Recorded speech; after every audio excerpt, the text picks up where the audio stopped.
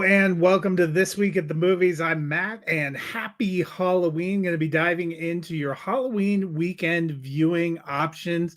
But you know, we're having a little fun first, a little Halloween festivities. If you are watching on the live screen with some of the images, it is actually Halloween Day as I am recording this, which means you have wide releases that are dropping into theater right now. And that is the first one that we are going to look at, the big wide release this weekend, which is the film Bugonia. I mentioned there were two other movies, Stitchhead and Anniversary, which opened on Wednesday. I talked about them on last week's show with Eric.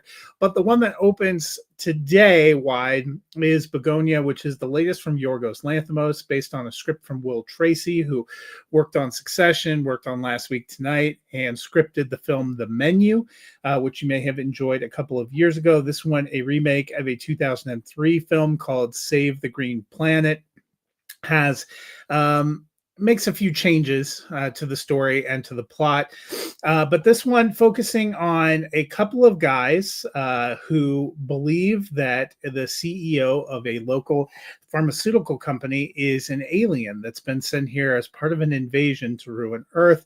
Those guys, Teddy, played by Jesse Plemons, and Don, his cousin, played by Aidan Delbus, grab her and hold her hostage. They are hoping to use her to find a way onto the alien ship so that they can plead for the aliens to withdraw and save humanity.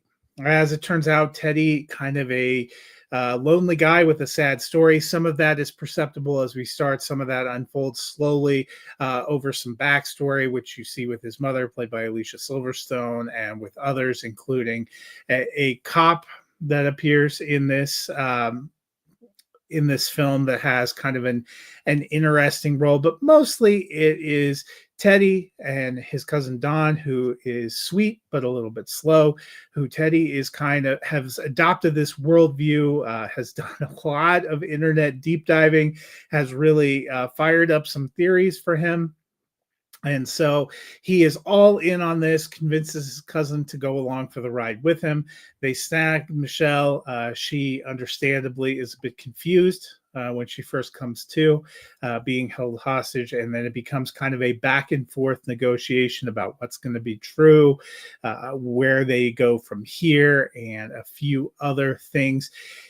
This one has a very wild third act and ending. Not going to ruin that for you here, but that will probably make or break a little bit of how you feel about this movie. I liked the back and forth. I liked some of the black comedy. Those were some of the aspects I enjoyed about The Menu, and obviously some things that people enjoyed about Succession Last Week Tonight. I think some of that style of dialogue gets mixed in here. Emma Stone and Jesse Plemons are very good. I'm giving this one a thumbs up. This is likely to be somewhat of an award season player all the way through. Could it be a Best Picture nominee? It could be. I don't have it up in my top 10. I did enjoy this movie. I think it is well done. I don't think it reaches some of the creative heights of some of Lanthimos' most recent films. I really liked Poor Things a couple of years ago. This isn't quite on that level for me. I know a lot of people really love The Favorite. I don't think it's quite on that level either.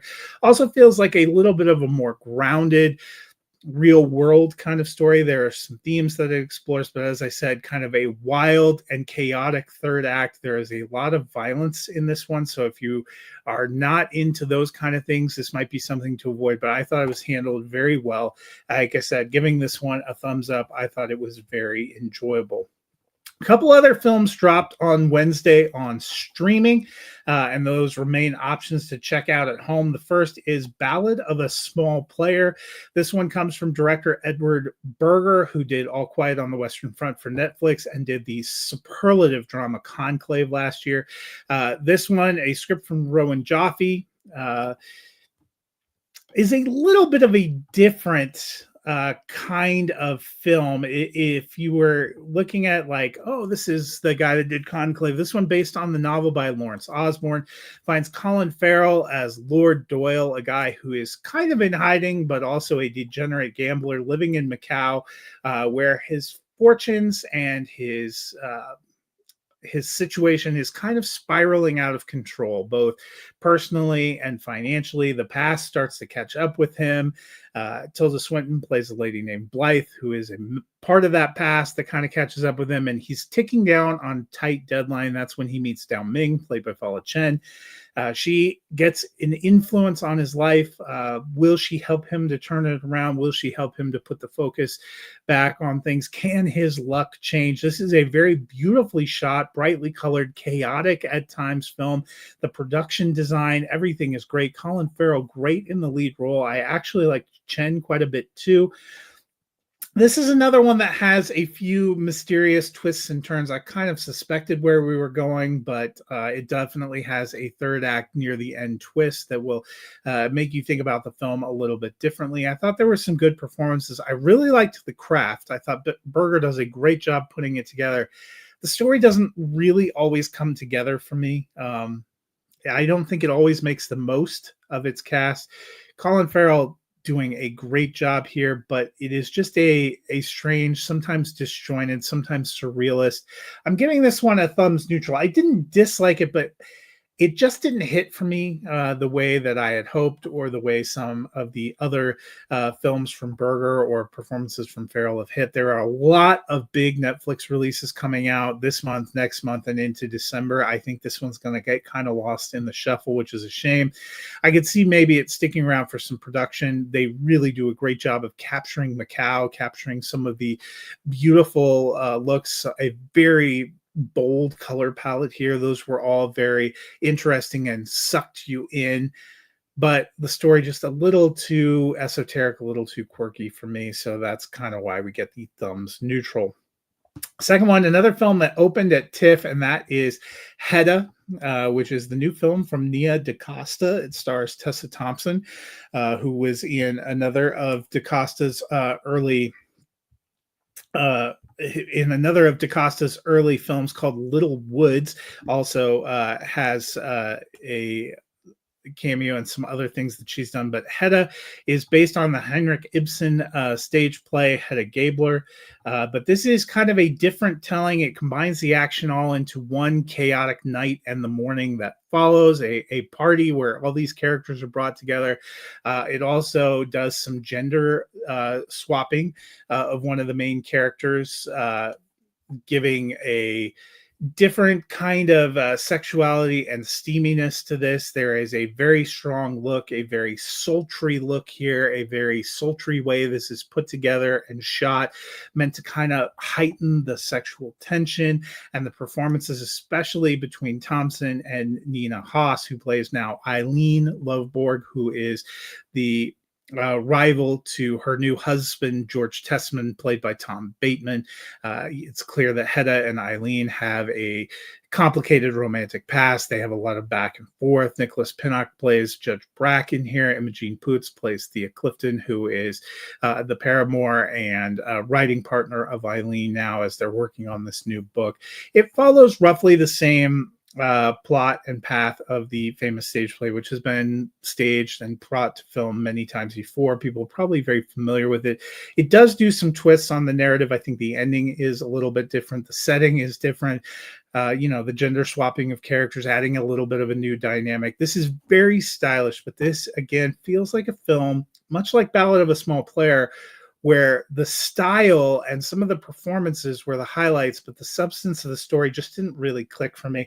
This one is also a thumbs neutral. I think Tessa Thompson is great here. I think Nina Haas has some great moments. I think there's a lot of passion here. There's a lot that I like about the look and the way this is constructed. I think it's a very bold swing. That's an interesting production, but the story just doesn't totally click for me, especially the way it kind of all plays out and gets recombined. So an interesting film, but a little bit of a swing and a miss for me. Still an interesting stream. I think if you're looking for something interesting, something stylish, something that's a little bit different, both Ballad of a Small Player and Hedda give you that, and they're both available to stream at home, like when you're waiting for trick-or-treaters and things like that.